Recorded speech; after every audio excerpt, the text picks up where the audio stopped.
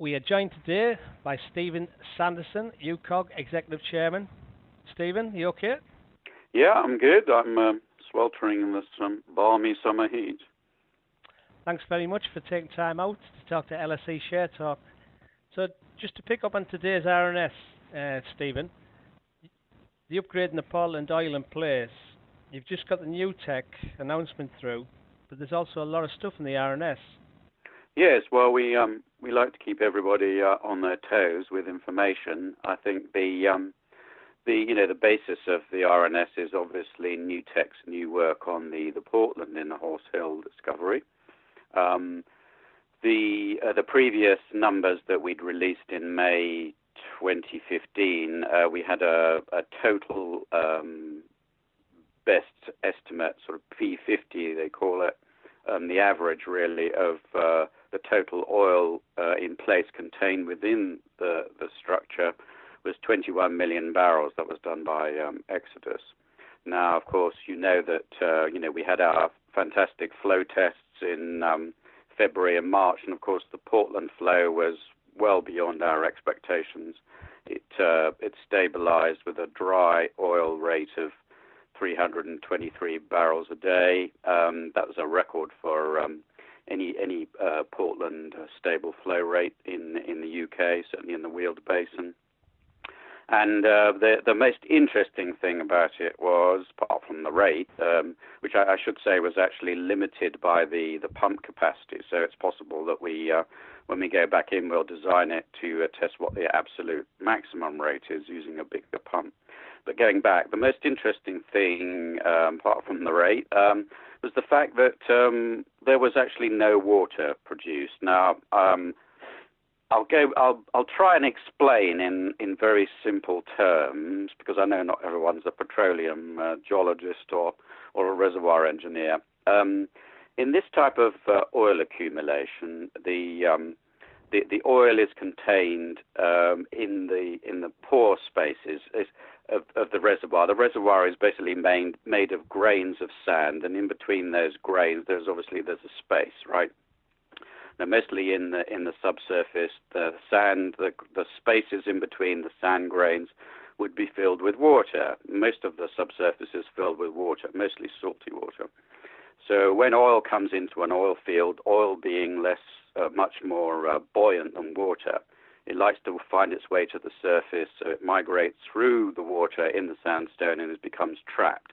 So essentially the oil builds up over time and actually sort of floats on the water, and the oil has an interface between the oil and the water, and that's what we call an oil-water contact. That defines the limit of the field. Anyway, when you produce a well, after a short time, generally speaking, you always produce water, because when you suck the oil out, the water level rises in the field, right? So actually, when Nutech looked at this, first of all, the actual composition of those spaces between the rock grains was filled with oil and some water, and the percentage of water was quite high. So we fully expected, just like Brockenfield that's up the road, that when we had a flow of oil from the Portland in Horse Hill, that we would actually start to see some water being produced. However, we tested this thing for 3 days or so flowing, and there was absolutely no water. In fact, we've got less than half a water bottle, a 1.5 liter water bottle full of water. So that was a big surprise, a very good surprise. And the implications of low water are mostly economic, in the sense that when you produce a field, clearly you get money for the oil, but if you have to separate the oil from the water, you have to do something with the water. Normally, unless you have a big project and you can re-inject the water where it came from in the subsurface, you have to get a tanker to take it to an approved Environment Agency disposal site. And clearly that costs money, so that increases your cost per barrel. So it has a big impact on economics. So if the less water you have, the more oil you have and the more money you make. It's simple that your profit per barrel is generally much higher. So that's good on economics. Also has an potential implication on recovery factors from the reservoir itself, in the sense that if you're just producing dry oil, you have a much more efficient recovery than producing oil and water per se. So one more thing before I stop, and you can ask me the next question, is so we had no water, so it was a surprise. So I brought this to Nutech's attention. They scratched their heads and said, okay, well, we'll have another look at the petrophysical interpretation. Petrophysics being, you can basically determine the percentage of oil and percentage of water in those little spaces between the sandstone grains that I described.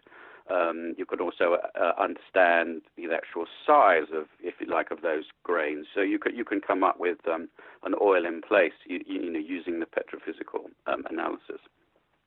So they went back. They said, yeah, okay. They took into account the water production, and that made them change their model. They changed some of the assumptions about the water, the content in there. And basically, what it's done is it's actually doubled the amount of what we call net pay. And pay is basically the amount of rock, the height of the rock within the reservoir that actually you can extract commercial hydrocarbons from. So before we had about 48 feet or so on their analysis in 2015. With this new analysis, bearing in mind the results from the well test, we have over 100 feet, so that's double that. But it also has the actual percentages of oil versus water in the little spaces between the rocks has increased. So, we now are looking at, in, say, the 1 square mile around the Horse Hill well itself, they calculate now, was it 22.9 million barrels in that 1 square mile. In May 2015, for the review that Xodus did, we were looking at about 7.7 million. So that's quite a big change. So that's very good for the oil in place in Horse Hill in the Portland. It looks like I think it's it's going to be a commercial field. We'll need to go back and flow test it for longer to see exactly what it's going to do. I'm very encouraged by the no water production, because, as I said, that clearly has an impact on the economics. So I think it's time for you to ask me another question now. It's free. No problem. So you're stating it's 100% increase, but it's also free flowing. The well doesn't need much stimulation. Well, no. This is the Portland is pumped. It doesn't flow under its. It doesn't flow naturally like the Kimmeridge. So it's pumped using a rod pump, which basically just sucks it out a bit like like a syringe, really. So we were limited by the pump size that we had, because basically we weren't we hadn't envisaged that we would be producing at over 323 barrels a day. I mean, with the max we got was about nearly 360, but we had to slow the rate down on the pump because it was groaning a bit too much.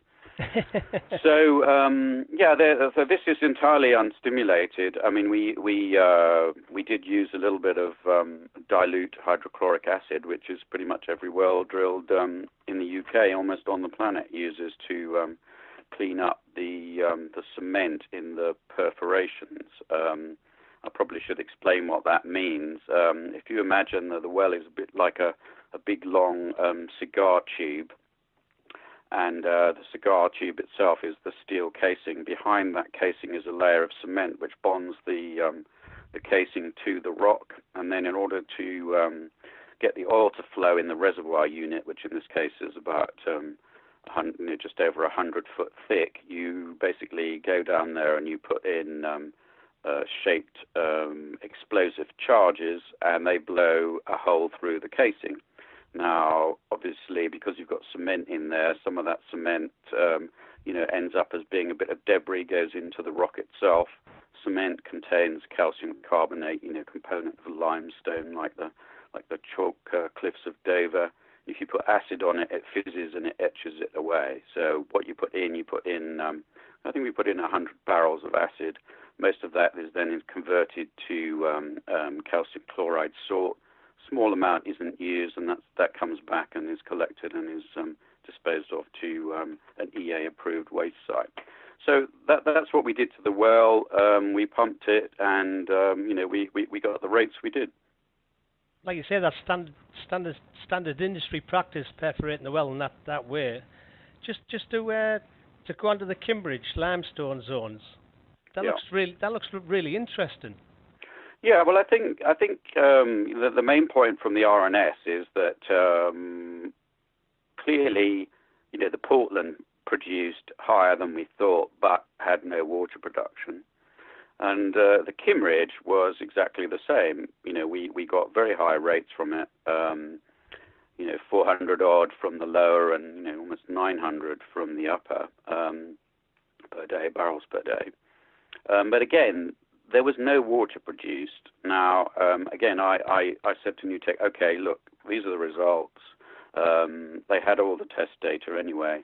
You need to go back and scratch your heads, and we need to find out whether the assumptions that we had underlying the oil in place in the Kimmeridge limestones and the Kimmeridge and all the other deeper shales and limestones was in fact valid, because you have to remember that Nutech's analysis of oil in place, their petrophysics, actually forms really the whole basis of what we were trying to do in the Kimmeridge. I mean, it's their technology and expertise that basically led us to actually testing these zones and actually to say, well, there is movable oil in there that people have completely missed in the past. So it's very, very, very important, if not crucial, for them to actually validate their prior interpretation. So that's entirely what they did, or exactly what they did. They went through and basically they looked at the results, compared it to their assumptions beforehand, and said, actually, yes, it's the model is actually consistent, entirely consistent with what we've seen.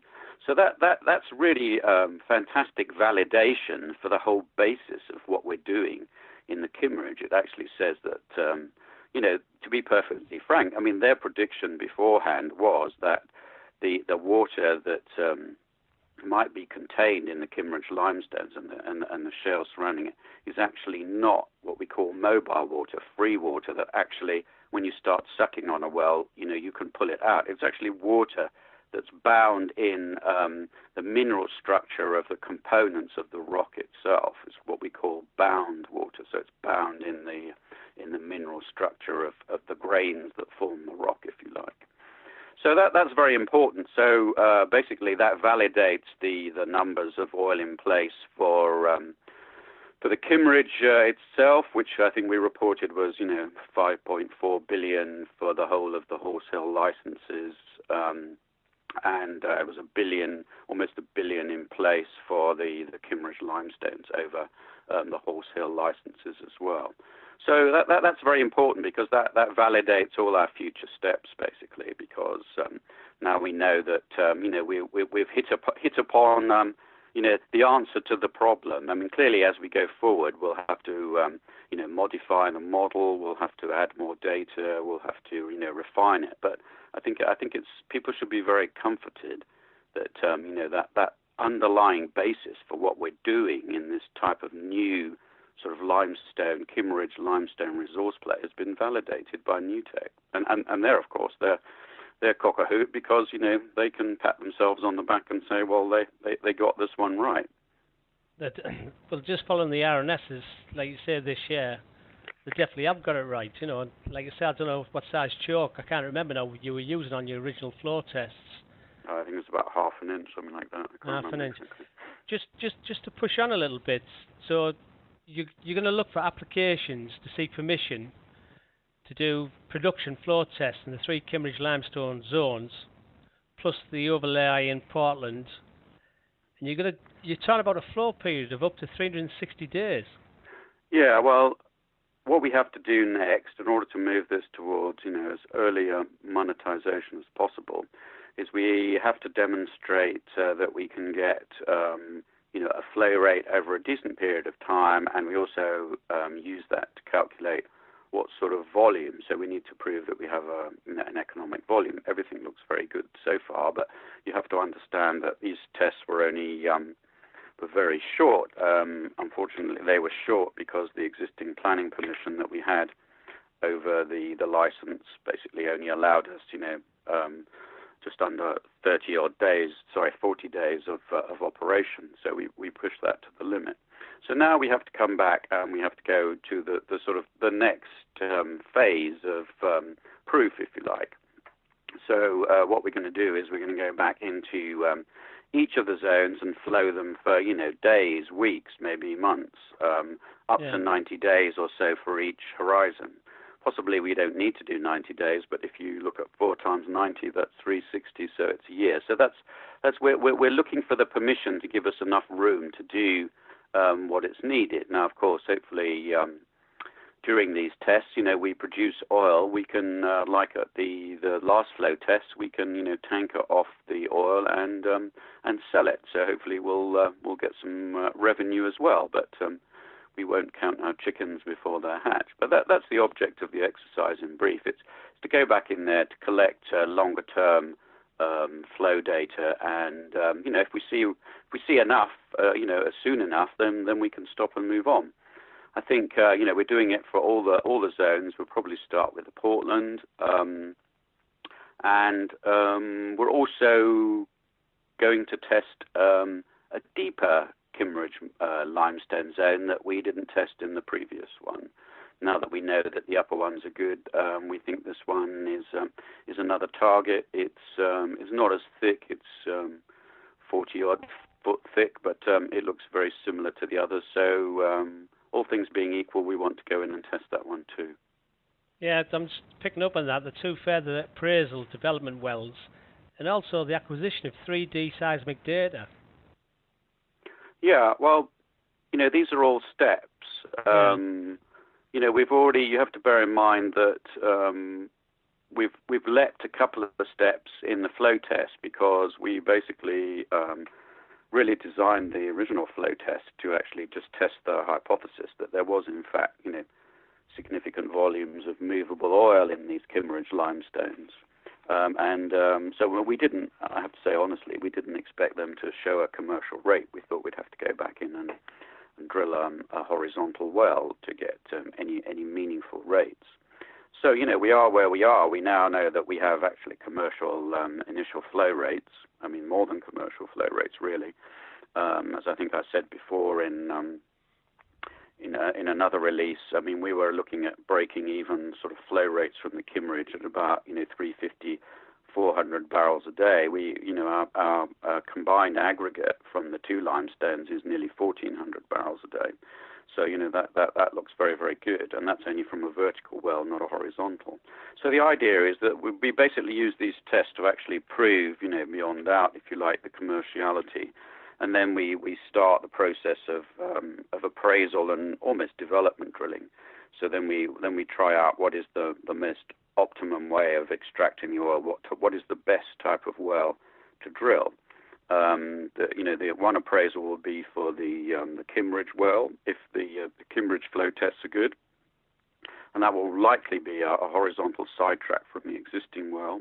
So that means we use the majority of the existing well, the existing cigar tube that comes down from the surface down to just above the Kimmeridge limestones, and then we'll just kick off at 90 degrees. So the well, the drilling bit will be going essentially parallel within the limestone, parallel to the top and the bottom of the limestone.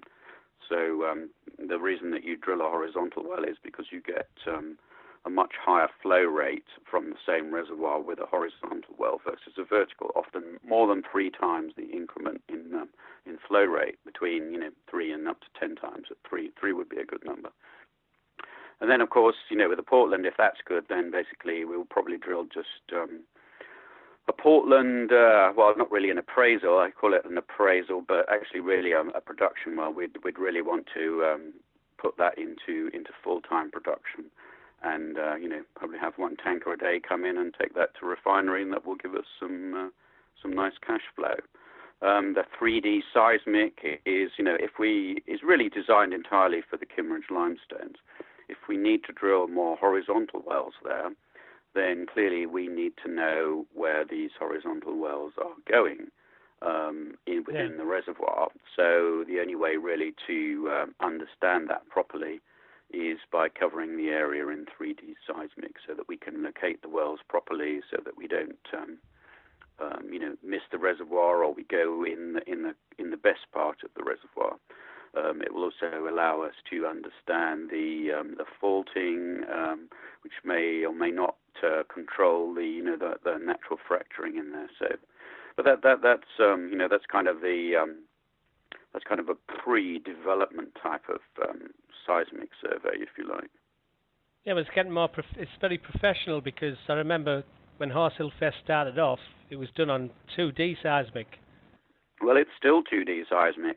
Yeah, but now that tells me you're going to target. So you're going to start targeting. You're looking specifically in certain areas, like you've just said, with the 3D. Yeah, I mean, it'll be sort of 50 square kilometers roughly over the Horse Hill area. So we'll be able to site a few more horizontal wells correctly, so that we get it right, because those wells are reasonably expensive. So you want to make sure that you put them in the right place. And you've also, like you say, you've got Brockham about 4 miles away, and that's been commercial. What is it, that flow? 150 barrels a day?